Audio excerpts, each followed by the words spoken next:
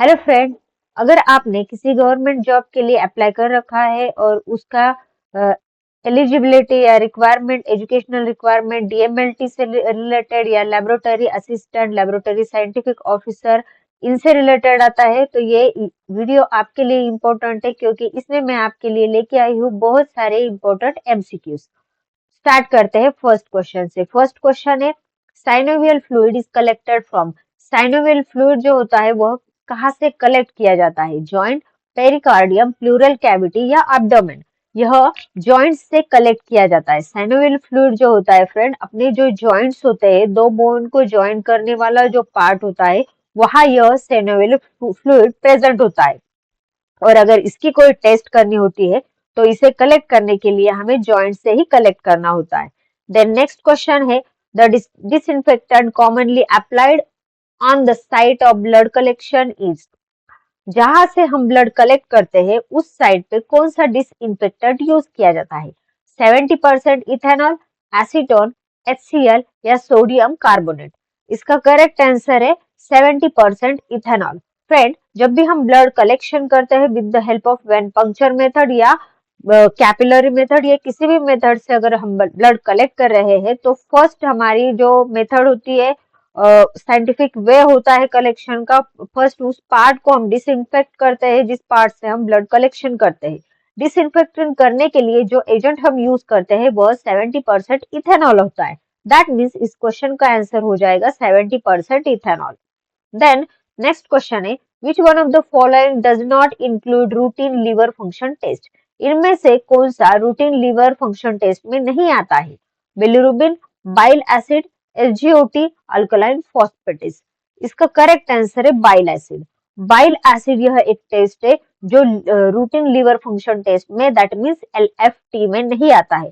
LFT में फिर कौन कौन से टेस्ट आते हैं फ्रेंड? एलएफटी में बिलिरुबिन आता है जिसमें टोटल और डायरेक्ट बिलिरुबिन हम करते हैं, एसजीओटी आता है, एचजीपीटी आता है, अल्कलाइन फॉस्फेटेस आता है। ये सभी टेस्ट लीवर फंक्शन टेस्ट से रिलेटेड है, बाइल एसिड इसमें नहीं आता है। देन नेक्स्ट क्वेश्चन है, the reagent use in the estimation of bilirubin is. Bilirubin का अगर हम एस्टिमेशन कर रहे हैं, सीरम बिलिरुबिन एस्टिमेट कर रहे हैं या प्लाज्मा बिलिरुबिन एस्टिमेट कर रहे हैं, तो उसमें हम कौन सा रिएजेंट यूज करते हैं? Peroxide reagent, urease reagent, diazo reagent या मिथिलिन रिएजेंट। इसका करेक्ट आंसर है डायजो रिएजेंट। इसके अंदर हम क्या यूज करते हैं? डायजो रिएजेंट करते हैं, इसलिए इस मेथड को, बिलिरुबिन एस्टिमेशन की जो मेथड होती है उस मेथड को डायजो रिएजेंट मेथड भी कहा जाता है। देन नेक्स्ट क्वेश्चन है, which one of the following test does not form part of glucose tolerance test. इनमें से कौन सी टेस्ट है जो part of glucose tolerance test की नहीं है? ग्लूकोज टॉलरेंस टेस्ट का वह पार्ट नहीं है। Fasting blood glucose, blood urea, 1 hour blood glucose, urine reducing sugar. इसका करेक्ट आंसर है ब्लड यूरिया। यह एक टेस्ट है जो कि ग्लूकोज टॉलरेंस टेस्ट में नहीं आती है। बाकी सभी जो टेस्ट है यह ब्लड ग्लूकोज से रिलेटेड है या शुगर से रिलेटेड है, इसलिए ये सभी टेस्ट ग्लूकोज टॉलरेंस टेस्ट में आते हैं। फिर ग्लूकोज टॉलरेंस टेस्ट में आने वाले टेस्ट का अगर हमें नाम पूछा जाए तो fasting blood glucose, 1 hour blood glucose या यूरिन रिड्यूसिंग शुगर, ये सभी टेस्ट आते हैं ग्लूकोज टॉलरेंस में। ब्लड यूरिया यह केएफटी में आता है या किडनी फंक्शन टेस्ट में, जिन्हें हम रीनल फंक्शन टेस्ट भी कहते हैं, उसमें ब्लड यूरिया आता है, वो ब्लड ग्लूकोज से रिलेटेड नहीं है। देन नेक्स्ट क्वेश्चन है, cerebrospinal fluid sample are collected by. Friend, जिस तरह हम साइनोवियल फ्लूइड चेक करते हैं, ब्लड चेक करते हैं, उसी तरह सेरिब्रोस्पाइनल फ्लूइड भी किसी डिसीज के एस्टिमेशन के लिए, फाइंड आउट करने के लिए सेरिब्रोस्पाइनल फ्लूइड, जिसे हम CSF भी कहते हैं, वह कलेक्ट किया जाता है। तो वह कौन कलेक्ट करता है? लैब टेक्नीशियन वह कलेक्ट कर सकता है।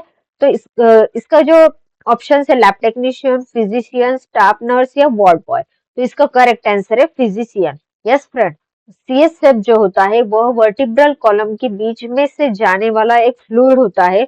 वर्टिब्रीज के बीच में से जाने वाला फ्लूइड है जो कि बहुत ही सेंसिटिव एरिया है जहां से लैब टेक्नीशियन CSF कलेक्ट नहीं कर सकते, स्टाफ नर्स भी नहीं कर सकते, वार्ड बॉयज भी नहीं कर सकते।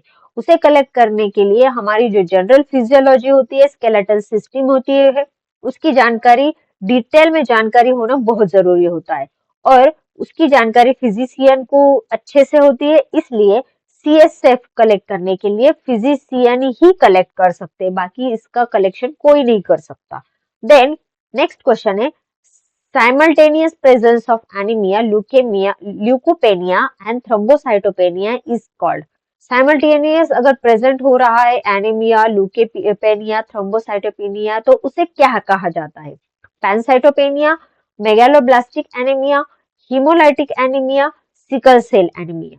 तो फ्रेंड इस कंडीशन को साइटोपेनिया कहा जाता है, पैनसाइटोपेनिया, जिसमें साइमल्टेनियसली प्रेजेंस हो रहा है, उस पेशेंट में एनीमिया भी हो रहा है, फिर उसके बाद देखा जाए तो ल्यूकेपेनिया भी हो रहा है, थ्रोम्बोसाइटोपेनिया भी हो रहा है। इन सभी कंडीशन को पैनसाइटोपेनिया कहा जाता है।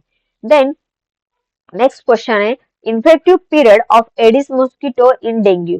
डेंगू मॉस्किटो में डेंगू कॉज करने के लिए जो मॉस्किटो रिस्पॉन्सिबल होता है वह एडिस मॉस्किटो होता है, और उसका इन्फेक्टिव पीरियड क्या होता है फ्रेंड?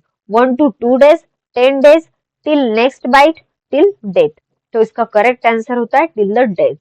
देन नेक्स्ट क्वेश्चन है chance of perinatal HIV infection to the baby. Chance of perinatal, हाँ पेरिनाटल मतलब जो छोटे बेबी होते हैं या बिफोर बर्थ होने वाले जो बेबी होते हैं उनमें HIV होने के चांसेस कितने होते हैं? 0.5 to 1%, 30%, 50% या 90%। तो इसका करेक्ट आंसर है 30% चांस होते हैं पेरिनाटल HIV इन्फेक्शन के। मतलब बर्थ लेने से पहले ही किसी बेबी में अगर HIV आ रहा है तो उस HIV को पेरिनाटल इन्फेक्शन कहा जाता है, और उसके जो चांसेस होते हैं वह 30% चांसेस होते हैं। देन नेक्स्ट क्वेश्चन है VDRL is use in diagnosis of.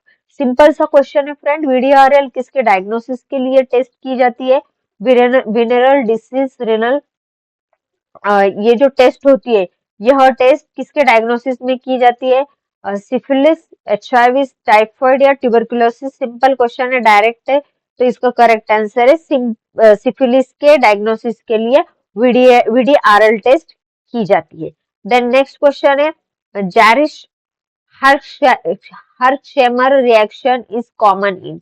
ये जो रिएक्शन होती है वो किस में कॉमन होती है, किस टाइप के सिफिलिस में कॉमन होती है? Congenital syphilis, primary syphilis, secondary syphilis या टर्शरी सिफिलिस। इसका करेक्ट आंसर है प्राइमरी सिफिलिस।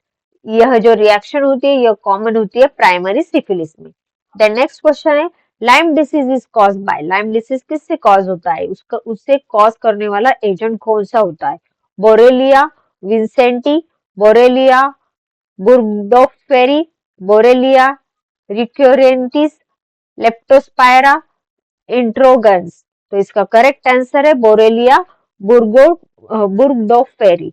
ये जो एजेंट होता है यह लाइम डिसीज कॉज करने के लिए रिस्पॉन्सिबल होता है। देन नेक्स्ट क्वेश्चन है SARS virus is a. SARS virus क्या होता है? Corona virus, lenti virus, calci virus या अरेना वायरस। तो इसका करेक्ट आंसर है यह कोरोना वायरस होता है, सार्स वायरस यह कोरोना वायरस होता है। देन नेक्स्ट क्वेश्चन है route of administration of influenza vaccine. Influenza vaccine के का जो रूट होता है एडमिनिस्ट्रेशन का वह क्या होता है? इंट्राडर्मल, सबक्यूटानस, पर ओरल या इंट्रानेसल। इसका करेक्ट आंसर है इंट्रानेसल रूट होता है जहां से इन्फ्लुएंजा वैक्सीन एडमिनिस्ट्रेशन किया जाता है या इंटर किया जाता है।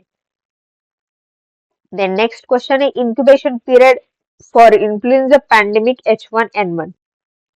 H1N1 का इन्फ्लुएंजा पैंडेमिक H1N1 का इंक्यूबेशन पीरियड क्या है? 12 to 24 days, 1 to 3 days, 1 to 7 days या 5 to 10 डेज।